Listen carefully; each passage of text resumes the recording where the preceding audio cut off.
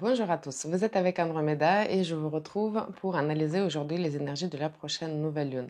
Cette nouvelle lune est d'une importance significative, puisque c'est une éclipse solaire, elle se produira le 14 octobre vers 20 heures l'heure de Paris. Il ne sera donc pas visible sur la zone européenne et il se produira dans le degré 21 de signe de Balance.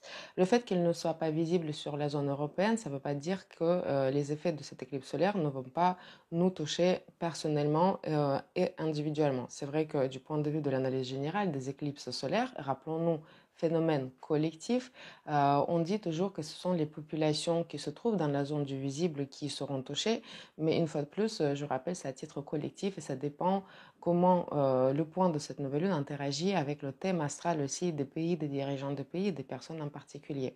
Pour ce qui nous concerne à titre individuel, ce sont les natifs de troisième décan de signes de Balance, de signes de Bélier, de signes de Capricorne et de Cancer qui seront touchés en premier lieu.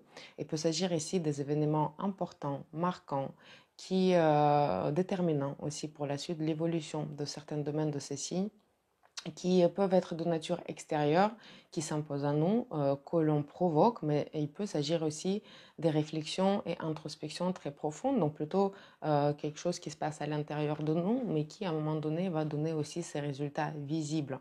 Puisque là, on est dans un point de nouvelle lune. Nouvelle lune, c'est toujours la naissance d'une nouvelle énergie, donc il y a les nouveaux process en quelque sorte qui commencent et qui peuvent donner des résultats plus tard. Les autres signes peuvent également être touchés, alors parfois par ricochet, puisqu'il y a des événements importants qui se passent dans la vie de nos proches. Parfois, on va être touché dans une moindre mesure, où les événements vont être importants, mais n'auront pas cette influence sur long terme comme elle peut avoir sur les signes du signe cardinal que j'avais nommé. D'ailleurs, les personnes qui ont l'ascendant aussi dans l'un des signes que j'ai nommés, donc Bélier, Balance, Cancer et Capricorne peuvent également être touchés par les événements importants à l'occasion de cette nouvelle lune éclipse solaire. Qui dit signe de Balance nous dit toujours question de relation.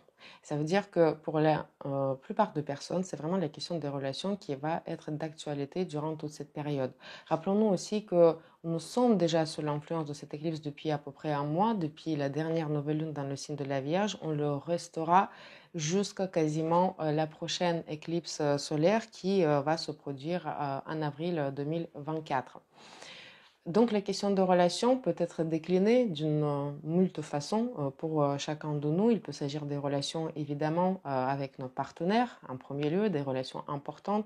Il peut s'agir des relations dans la famille, entre les enfants et les parents, les relations au travail, entre les supérieurs, entre les collègues, les relations dans les affaires, les relations en fratrie, en voisinage, les relations aussi avec l'étranger, parfois avec les communautés, avec nos différents groupes auxquels on appartient. Donc, tout type de relation peut être mis sur le devant de la scène à l'occasion de cette nouvelle lune, à l'occasion de cette éclipse solaire. Il faut savoir aussi qu'il se passe près du nœud lunaire sud et tout ce qui va être lié au nœud lunaire sud va réveiller en quelque sorte nos différents automatismes. Et l'éclipse solaire, c'est toujours une bifurcation. C'est un moment, je veux lui dire de temps en temps, quand on a des événements des éclipses, que c'est un moment de rééquilibrage. Rééquilibrage par la force des choses. Il y a un indice karmique qui est très élevé. Donc c'est pour ça qu'on prête une attention particulière aux événements qui nous arrivent, aussi aux événements dont on est à l'origine, que l'on provoque à l'occasion de chaque éclipse solaire. Et donc, c'est un rééquilibrage, c'est une façon parfois de noter les choses et parfois de les revoir. À partir de là, cette bifurcation, il peut donner une voie, par exemple, régressive de vivre les différents événements. Et là, on est poussé, on est en quelque sorte huppé par happé plutôt par les anciens schémas. On est dans un train qui va tout droit sur les anciens rails. On marche sur nos automatismes, on ne se remet pas en question, on revit la même boucle, on revit les déjà-vus, on se lance un peu dans des conflits, dans des disputes, dans des situations de tension dont on connaît déjà l'issue puisqu'on l'a déjà fait plusieurs fois. Mais très souvent, on ne se rend même pas compte, on ne réalise pas qu'on marche sur les anciens schémas. C'est donc une voie régressive. Mais il y a aussi une voie progressive qui nous est offerte à l'occasion de cette nouvelle lune, puisque Nouvelle lune, c'est toujours, comme je l'avais dit, la naissance d'une nouvelle énergie. Donc, c'est la possibilité de semer une nouvelle graine, de faire quelque chose différemment. Et ça, c'est grâce à la prise de conscience. Donc, on peut, par la force de la conscience, s'arrêter un moment de se dire, je peux agir différemment. Comment je peux agir différemment?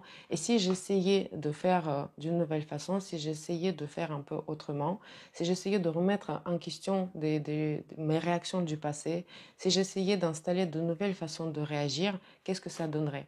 Et c'est sûr qu'on ne sait pas exactement ce que ça va donner, d'où toujours un moment de l'inconnu, parfois un moment de l'angoisse par rapport à l'avenir, puisque l'ancien résultat, on le connaît, mais peut-être il ne nous satisfait pas et on a envie de tester quelque chose de nouveau. Et c'est toujours se pousser dans une zone d'un certain inconfort, essayer quelque chose de nouveau, c'est toujours, on va dire, prendre une part de risque, mais c'est exactement ce qui nous propose la voie progressive pour vivre les événements de cette éclipse solaire.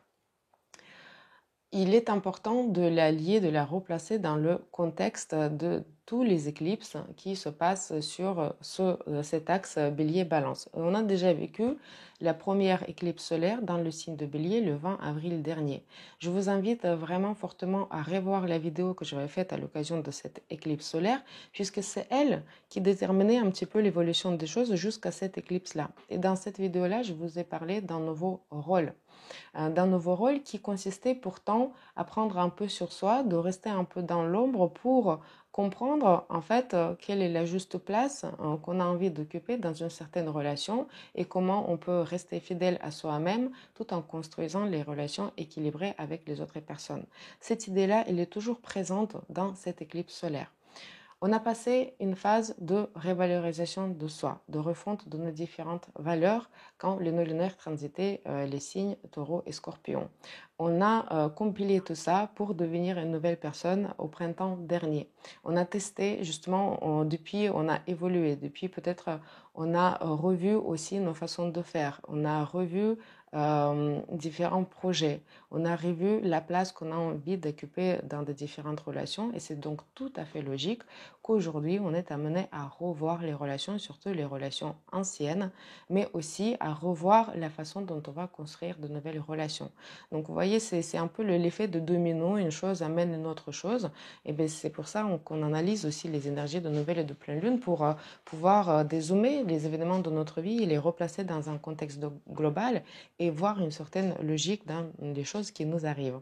Et donc aujourd'hui, question de relation. Justement, comment on va insérer cette nouvelle personne pour construire des relations plus équilibrées, pour construire des relations plus heureuses, où on a plus notre place, où on peut être plus aussi autonome, où on peut être plus fidèle aussi à soi-même, plus fidèle à ses valeurs. Comment on replace tout ça dans le contexte des relations? C'est un moment de tension. Cette nouvelle lune se passe au carré à Pluton. Pluton est stationnaire et quand Pluton est stationnaire déjà tout court, on ressent beaucoup de tension, on ressent un fond un peu pesant. Parfois, on se sent un peu bloqué. Il y a deux astres qui se trouvent au carré à Pluton.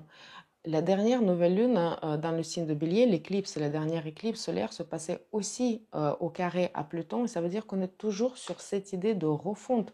On est sur cette idée de transformation et aussi de détachement. D'où l'idée de se détacher justement des anciens schémas de construction de relations en se transformant soi-même et amener une transformation par la force de choses aussi dans les relations qu'on construit. À partir de là, bah oui, c'est un moment de tension. C'est pas toujours facile de se frayer, se composer et se créer une nouvelle place dans les relations qui étaient déjà existantes. C'est pas facile non plus de le faire pour les nouvelles relations, parce que comme je l'avais dit, c'est quelque chose de nouveau. Donc on est amené aussi à faire des erreurs, on est amené à se corriger, on est amené à tester des différentes choses.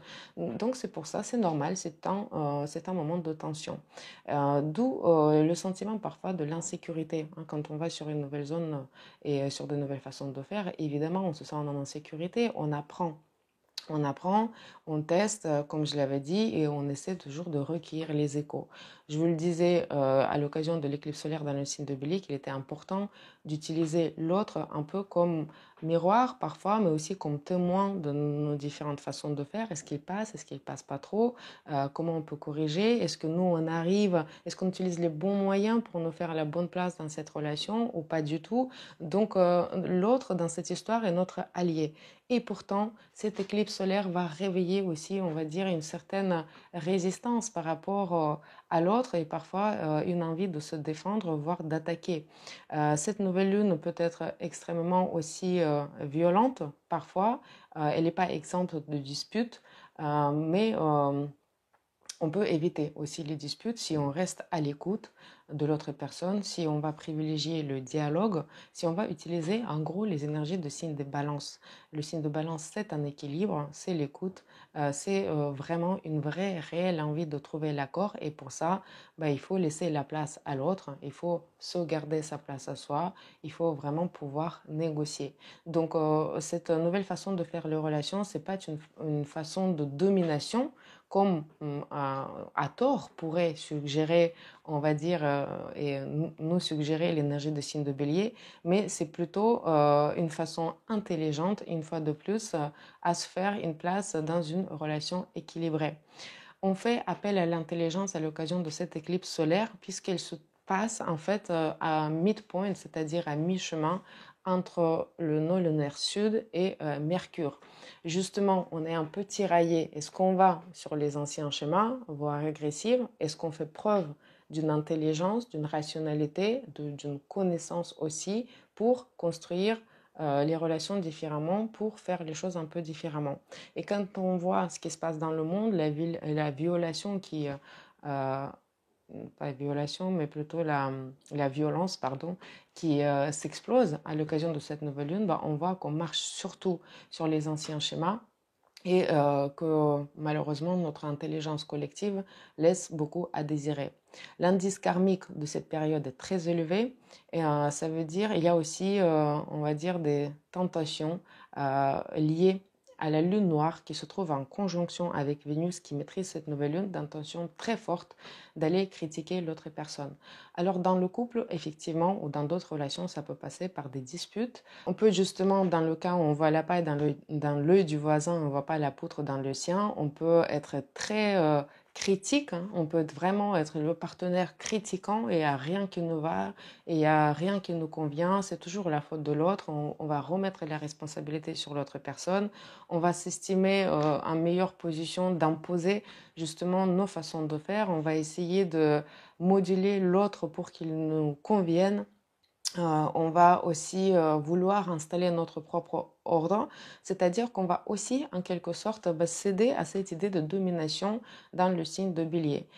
Dans la vidéo consacrée à cette éclipse solaire, quand on a parlé de nouveaux rôles au mois d'avril dernier, on a dit justement, Mars il se trouvait à ce moment-là en chute dans le signe de Cancer, on se disait qu'il ne s'agissait pas de s'imposer tout bêtement, il ne s'agissait pas de faire preuve d'une violence, d'une domination par la force, mais il s'agissait de, en fait, tout simplement savoir se valoriser en harmonie avec les autres personnes, trouver cette place en harmonie avec les autres personnes. Donc là, ça y est, on y est et on est invité à chercher cet équilibre et à chercher cette harmonie. Évidemment, chaque relation est très particulière et avec beaucoup de nuances. Il n'est toujours pas facile d'y voir très clair, surtout quand on est impliqué émotionnellement. Souvent, on ne se rend pas du tout compte sur quel schéma on construit des relations, puisque ce sont justement des schémas inconscients qu'on a souvent calqués, on va dire, sur les exemples qu'on a vus dans notre famille. On ne connaît pas d'autres schémas pour construire, donc c'est pour ça qu'on teste et on fait des erreurs. Et pour vous aider dans cette période, pour y voir plus clair, pour mieux comprendre votre cas particulier, le cas des relations en général dans votre vie, j'ai mis en place le webinaire qui va se faire en 2 sessions. Je propose un webinaire sur le sujet des relations qui s'appelle Comment construire une relation heureuse. C'est un webinaire donc en 2 sessions, chacune de 2 heures, qui vont avoir lieu les 2 dimanches, le 29 octobre et le 4 novembre prochain. dans lequel je vais vous expliquer les différentes façons de construire les relations, les façons efficaces, les façons qui mènent vraiment droit dans le mur, des façons dont on peut corriger les relations. Grâce aux connaissances, et là c'est ça en fait la suggestion de cette nouvelle lune, c'est acquérir des connaissances, comment construire des relations heureuses. Grâce à ces connaissances, vous allez déjà pouvoir vraiment retirer de votre bagage des relations, des enseignements, au lieu de peut-être avoir un sentiment d'échec sur les relations qui n'ont pas réussi. Avec ces enseignements précieux qui sont les vôtres, que vous allez être capable d'analyser, vous allez mieux reconnaître justement vos schémas, vous allez apprendre des nouvelles façons de faire plus efficaces, vous allez reconnaître les relations qui ne conviennent pas, vous allez reconnaître des abus, des manipulations, vous allez avoir des outils pour construire des relations équilibrées. Vous allez savoir comment vous y prendre et comment choisir les partenaires qui vous conviennent et comment reconnaître des dérives de certaines relations et comment les éviter. Voilà, donc c'est un webinaire qui coûte 60 euros, qui est, à mes yeux en tout cas, un prix très accessible et qui vous éviterait beaucoup de séances de psychologue, d'analyse des différentes relations. Si vous pensez que vous êtes capable de faire cette introspection grâce aux connaissances que je vais transmettre dans ce webinaire, vous êtes bienvenue. Si vous êtes un peu perdu dans votre relation en particulier, surtout n'hésitez pas aussi à prendre des consultations individuelles pour qu'on puisse analyser votre cas. Puisque comme je l'avais dit, cette éclipse solaire est d'une importance vraiment très importante. Et c'est surtout que c'est un point, en fait, qui est très important dans notre vie, un sujet qui est très important dans notre vie, de comment on construit des relations pour être heureux dans cette relation, pour vivre une relation équilibrée. Vénus qui maîtrise cette nouvelle lune dans le signe de Balance, elle se trouve dans le signe de la Vierge. Et le signe de la Vierge nous parle à la fois du travail, il nous parle aussi d'un certain nettoyage. Et ça veut dire déjà que oui, la question de relation, c'est du travail. C'est du travail très important qui va nécessiter nos différentes ressources. Et c'est aussi le moment de faire un nettoyage dans nos relations. Parfois, à l'occasion des éclipses solaires, près d'une lunaire sud, surtout au carré avec Pluton, il y a des relations qui vont partir de notre vie pour des différentes raisons, dans des différentes circonstances, et c'est quelque chose qui nous tombe dessus, parfois à quoi on ne s'attendait pas du tout. Et là, l'influence de Pluton, il nous propose en fait de nous en détacher. C'est sûr que c'est toujours très très compliqué, c'est toujours un moment, on va dire, douloureux, c'est un moment de crise, mais plus on va s'attacher à l'idée de la relation qui est en train de passer, plus on va souffrir. Ça prend du temps avec l'influence de Pluton, mais il est en quelque sorte très...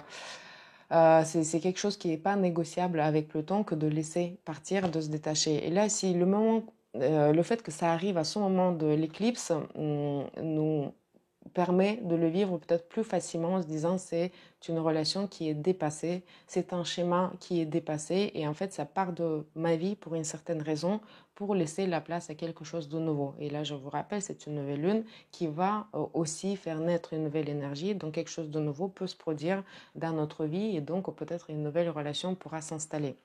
Une fois de plus, je parle des relations personnelles comme des relations de travail. On peut être très attaché à une certaine relation au travail, à notre place aussi dans un certain collectif, et on peut être détaché de ça pour aller vers quelque chose de totalement nouveau.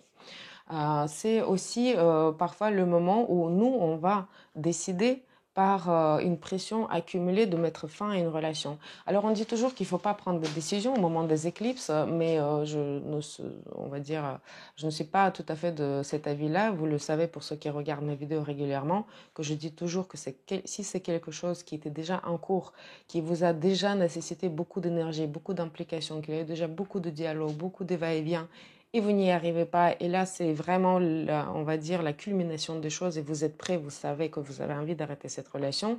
Le moment des éclipses peut faire naître cette énergie pour vous donner justement cette possibilité de passer un cap, peut-être parfois de briser certaines chaînes du passé, de certains schémas du passé et amener un renouveau dans votre vie. Et ça peut être le moment où on est justement amené à prendre cette décision. Mais parfois, et on tourne la page, hein, parce que là, vraiment, au moment des éclipses, on tourne des pages, on prépare le terrain pour quelque chose de nouveau. Mais parfois, ça peut être aussi le moment où on va juste faire une refonte, mais vraiment très très importante de la relation qu'on avait. On va donner une nouvelle forme à la relation qui existait auparavant, mais dans laquelle on a envie d'occuper une place différente, dans laquelle on a envie de s'affirmer un peu différemment. Et là, si notre partenaire est ouvert, bah, c'est possible, sans passer par une rupture, de faire une refonte vraiment globale, un nettoyage donc global, une remise de points sur les i généraux pour passer un cap aussi ensemble et se transformer aussi ensemble. Et pour ça, bah oui, peut-être il va y avoir des disputes, oui, peut-être les dialogues seront tendus, oui, peut-être il y aura des moments de très grande émotion, très intenses, mais on peut passer cette phase, on peut amener le dialogue et on peut installer, on va dire en quelque sorte, un nouvel ordre dans la relation à laquelle on tient. Mars est dans le signe de Scorpion. Et le Scorpion, c'est une énergie, on va dire, cumulée de deux partenaires. Donc, on peut aussi passer un cap ensemble. On peut donc évoluer ensemble après avoir revu, on va dire, ou parfois clarifié les rôles de chacun des partenaires. Et pour ça, bah, rien de mieux qu'un dialogue, rien de mieux qu'une discussion. Et comme je vous l'avais dit, le signe de balance nous permet ces discussions parfois impartiales, un peu détachées. Et on peut, après avoir calmé l'émotion, se mettre quand même autour d'une table de négociation, de poser les choses de façon très claire, de façon très structurée à la Vierge, puisque c'est quand même le signe aussi qui est très impliqué dans les énergies de cette éclipse solaire. Et on peut donc mettre de l'ordre et faire naître une nouvelle relation ou une nouvelle énergie commune dans notre couple. Donc il y a plusieurs cas de figure qui sont possibles. Il y a aussi une idée de formalisme, hein, toujours très liée au signe de balance, une idée de visibilité, une idée de papier, de documents, de signature de contrat. C'est pour ça qu'on peut parler ici de nouvelles relations au travail. On peut parler peut-être d'une révalorisation de son rôle au travail. On peut aller demander une augmentation, on peut aller demander une promotion. On peut oser aussi occuper une nouvelle place, peut-être prendre de nouvelles responsabilités. On peut parfois être promu, être amené à évoluer dans un autre groupe de personnes, peut-être prendre un management de certaines personnes. Donc on va aussi délimiter ou affirmer notre rôle d'une nouvelle façon tout en tenant compte des autres personnes. On peut parfois déménager aussi. C'est vraiment des changements parfois radicaux de vie qui peuvent arriver à l'occasion des éclipses solaires, mais qui nous sortent nécessairement de la zone de confort et qui nous amènent justement à la voie progressive, à construire nos relations d'une nouvelle façon, parfois avec de nouvelles personnes. Donc comme vous voyez, c'est une période très riche, très intéressante, qui nous permet de recueillir les enseignements de ce thème astral très précieux, éclipse ou pas, cette période ou pas. Mais là, les énergies, on va dire, sont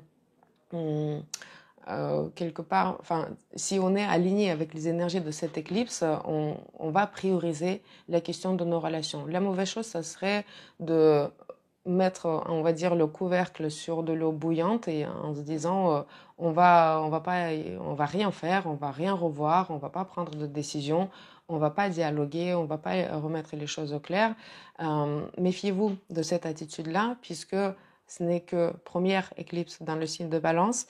Les nœuds lunaires se trouvent toujours dans le axe Bélier-Balance. On aura d'autres éclipses dans le signe de Bélier, dont on reparlera bien évidemment au printemps prochain. Il y aura donc une autre éclipse solaire dans le signe de Balance en octobre 2024. Donc cette refonte est d'autant plus importante qu'elle prend du temps. Tout ne se passe pas en un jour, même s'il y a des décisions qui peuvent être prises en un jour, ça a des conséquences sur des mois. Et là, les énergies de cette éclipse, ils vont nous accompagner au moins jusqu'au printemps prochain.